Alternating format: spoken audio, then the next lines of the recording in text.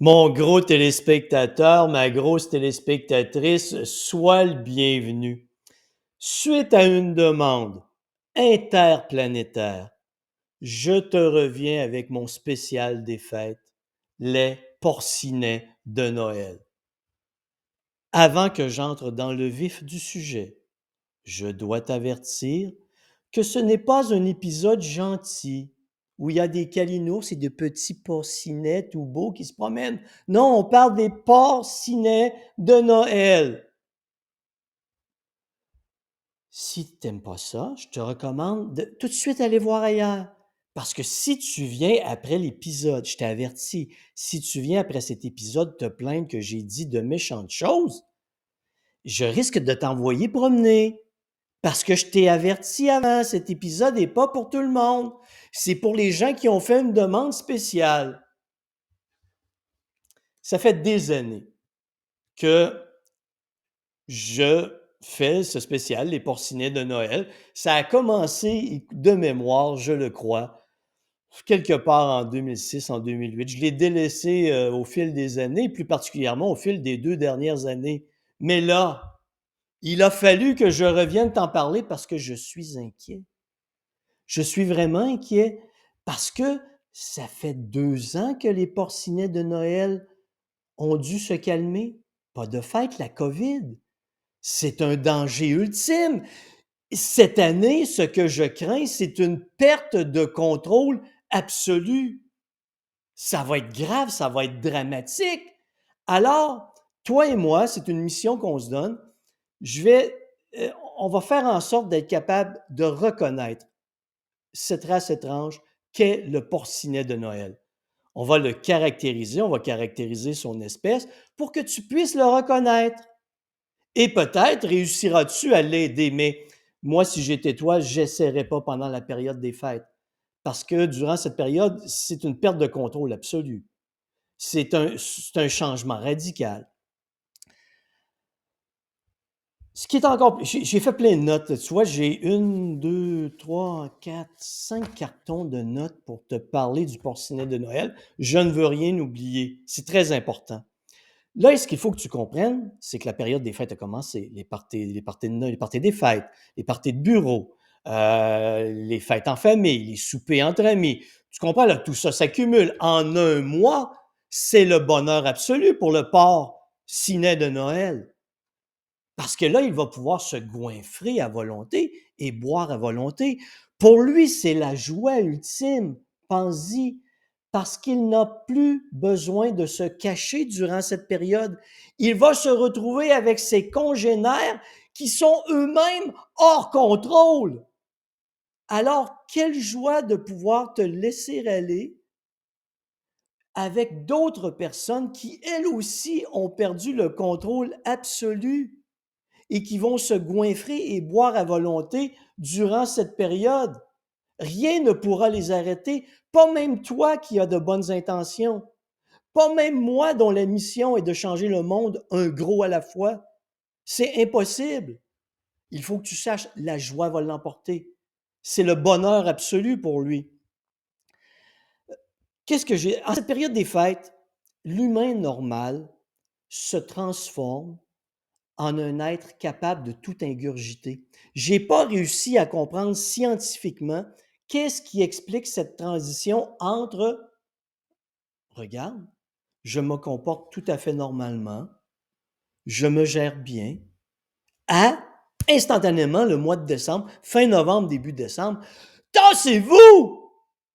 Tassez-vous tout le monde, je veux manger tout ce qui me tombe sur la main, je veux boire à volonté. Laissez-moi aller, je suis devenu un porcinet de Noël. Et il est facilement identifiable. Je t'en donne quelques caractéristiques, alors tu pourras le reconnaître. Moi, ce que je te conseille, écoute, c'est d'avoir un petit calepin et de prendre des notes si tu veux vraiment être capable de reconnaître cette race étrange qu'est le porcinet de Noël. Donc, il est facilement reconnaissable dans les soirées. Il est attiré, toujours attiré par les petites bouchées. Il se tient toujours près d'un plat de petites bouchées. S'il y a une table où il y a plein de nourriture, tu vas le voir rôder constamment autour de la table. Si tu vas lui parler, tu peux lui raconter n'importe quoi parce qu'il va toujours te répondre par «Mmh mh, mmh Pourquoi? Parce qu'il ne fait penser qu'à la prochaine bouchée qu'il va ingurgiter. C 1 partie. Il s'assure aussi que son verre de vin soit toujours rempli. Il ne peut vivre sans un verre de vin toujours plein. Il peut le vider en 3 secondes, mais il ne survivra pas 2 secondes si son verre de vin n'est pas de nouveau rempli. Donc, les 2 premières caractéristiques, tu vas le reconnaître facilement. Moi, j'en ai vu un, c'était de toute beau il était tellement beau, le porcinet de Noël.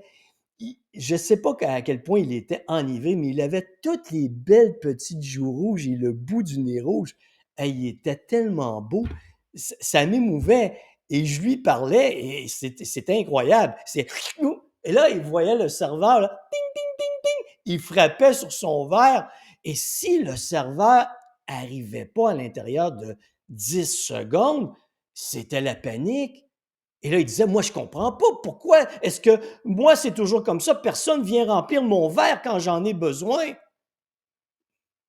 Mais là, je me disais, à la quantité qu'il avait pris, il y en avait peut-être plus tant besoin. Durant cette période, une autre caractéristique du porcinet de Noël que tu remarqueras peut-être pas parce qu'elle n'est pas toujours évidente, il engraisse effroyablement. Non, pas rien qu'un peu, là. C'est vraiment quelque chose d'impressionnant. 2 kilos, peut-être 3 facile, 5 kilos. 10 kilos, j'en ai déjà vu, là. Ça, c'est le summum du porcinet de Noël. Alors, tu l'observes, tout simplement, qu'est-ce qui va se passer? Et à un certain moment, il peut s'inquiéter parce qu'il va lui monter un genre de bulle au cerveau où il se dit qu'il devrait embarquer sur la balance. Mais c'est certain que s'il embarque sur la balance, il va observer les dégâts qu'il est en train de causer. Mais dans cette période des fêtes, rien ne doit troubler sa joie ultime de pouvoir se goinfrer et de boire à volonté avec ses congénères. Donc, c'est une idée qu'il va oublier. Parce que s'il risque de voir les dommages, il risque de ralentir la vitesse à laquelle il ingurgite les aliments et l'alcool. Et ça, c'est pas une bonne chose pour le porcinet de Noël. En cette période, tout est permis. Il a donc des excuses, notre porcinet de Noël. Donc, tu as les premières caractéristiques dont je viens de te parler pour l'identifier. Maintenant, si tu l'écoutes couiner, alors il a des excuses du genre il faut bien s'amuser de temps en temps, c'est certain. Il arrive un soir, il est tellement plein qu'il vomit. Il va te dire: «J'ai peut-être un peu trop mangé, mais c'était tellement le fun!» Bon, c'est sûr que tu remarques cette, sorte d'aphasie, cette déformation du langage qui vient peut-être par cet excès de consommation d'alcool. Donc scientifiquement, je peux pas vraiment faire le lien. Est-ce que c'est sa transformation qui cause cette difficulté de langage ou est-ce le fait qu'il consomme trop d'alcool? Donc, j'ai pas fait d'études poussées sur le sujet, mais je te laisse interpréter la situation. Autre excuse, c'est pas grave. Ça n'arrive qu'une seule fois par année. Eh bien sûr, ça n'arrive qu'une seule fois par année pendant 4 à 6 semaines.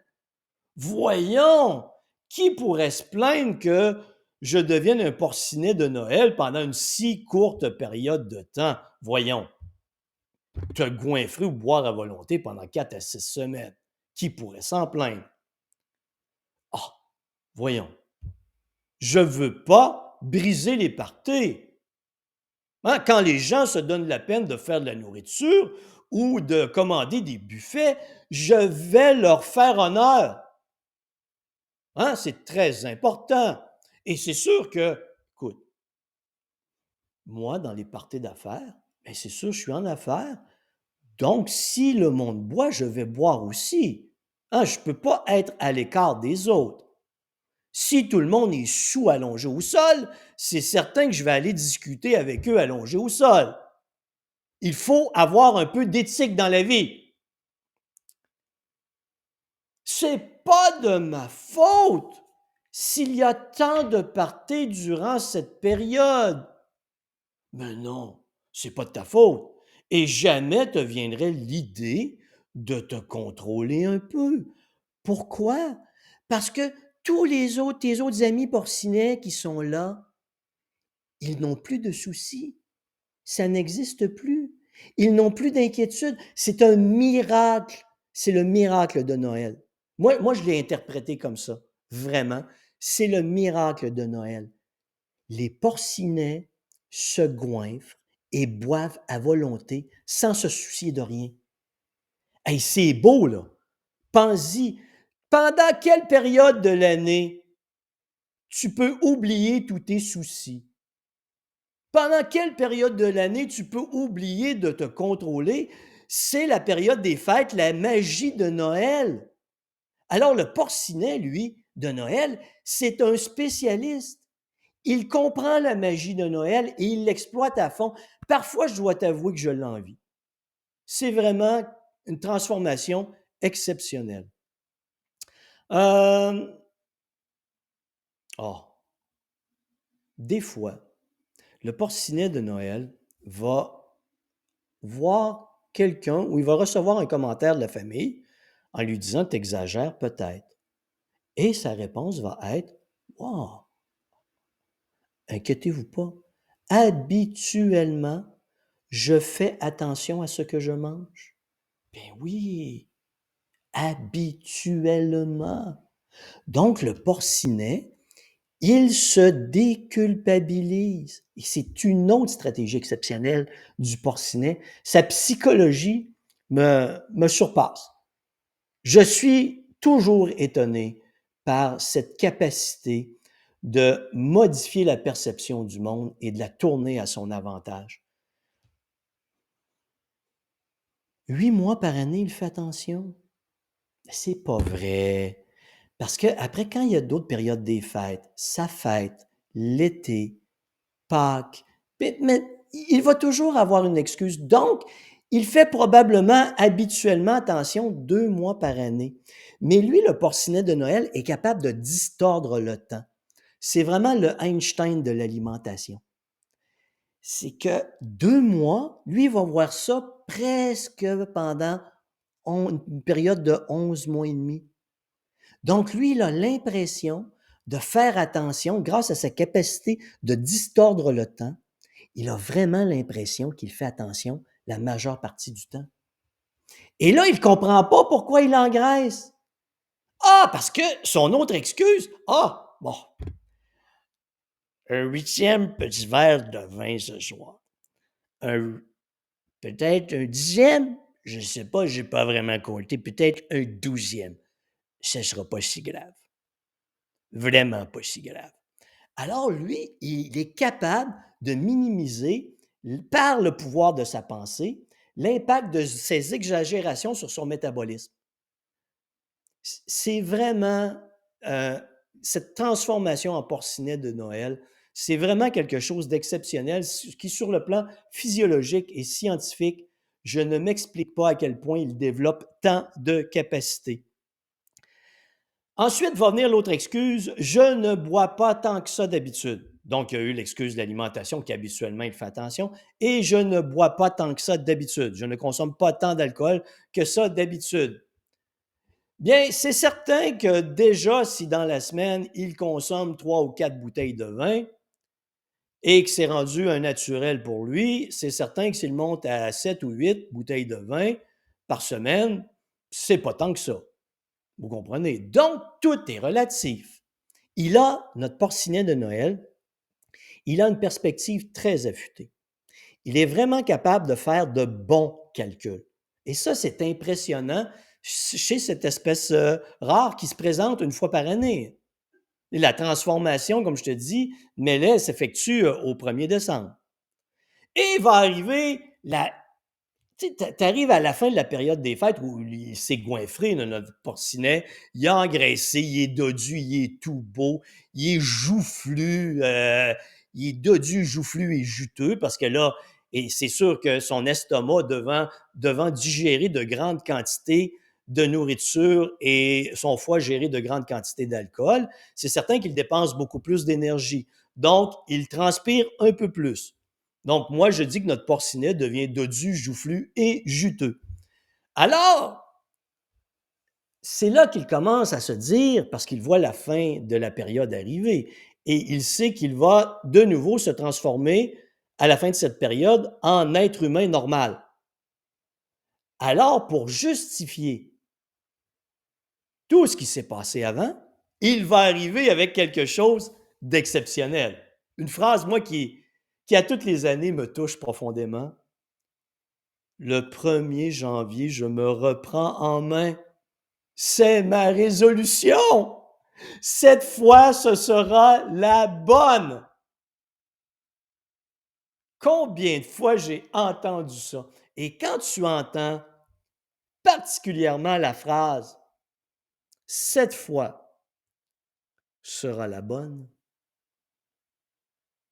tu peux être sûr qu'il n'y a aucune intention de faire quoi que ce soit. Alors, qu'est-ce qu'il va faire? Il va reclasser dans une petite partie de son cerveau le porcinet de Noël. Il va faire quelques efforts au début janvier et ensuite, il va peut-être perdre sur les 8 à 12 kilos qu'il a pris, il va peut-être en perdre un. Donc, il va avoir accumulé encore plus de graisse pour la période hivernale pour se réchauffer. Et il va le laisser là. Il ne s'arrangera pas pour éviter que la transformation se produise de nouveau l'année prochaine. Il a été trop heureux, notre porcinet de Noël. Et pourquoi, toi et moi, le priverions-nous de cette joie ultime? Ce serait injuste pour le porcinet de Noël. Maintenant, là, je t'ai donné toutes les caractéristiques du porcinet de Noël. Écoute attentivement. Si tu n'arrives pas à reconnaître le porcinet de Noël, c'est peut-être que tu fais partie de la bande. T'es peut-être toi-même un porcinet de Noël et t'as pas voulu l'admettre. Bon, ne t'en fais pas, ne t'en fais pas, ne t'en fais pas. Si tu te reconnais en cette période de magie ultime, tu sentiras peut-être un peu de culpabilité, mais ça va durer quelques secondes. Parce que ta transformation est complète. Tu es transformé en porcinet de Noël jusqu'au début janvier. Alors, inquiète-toi pas, sens-toi pas coupable, ça va revenir à la normale. Et pour moi, ce qui est encore plus exceptionnel, c'est je sais que tu me reviendras plus gros après les fêtes.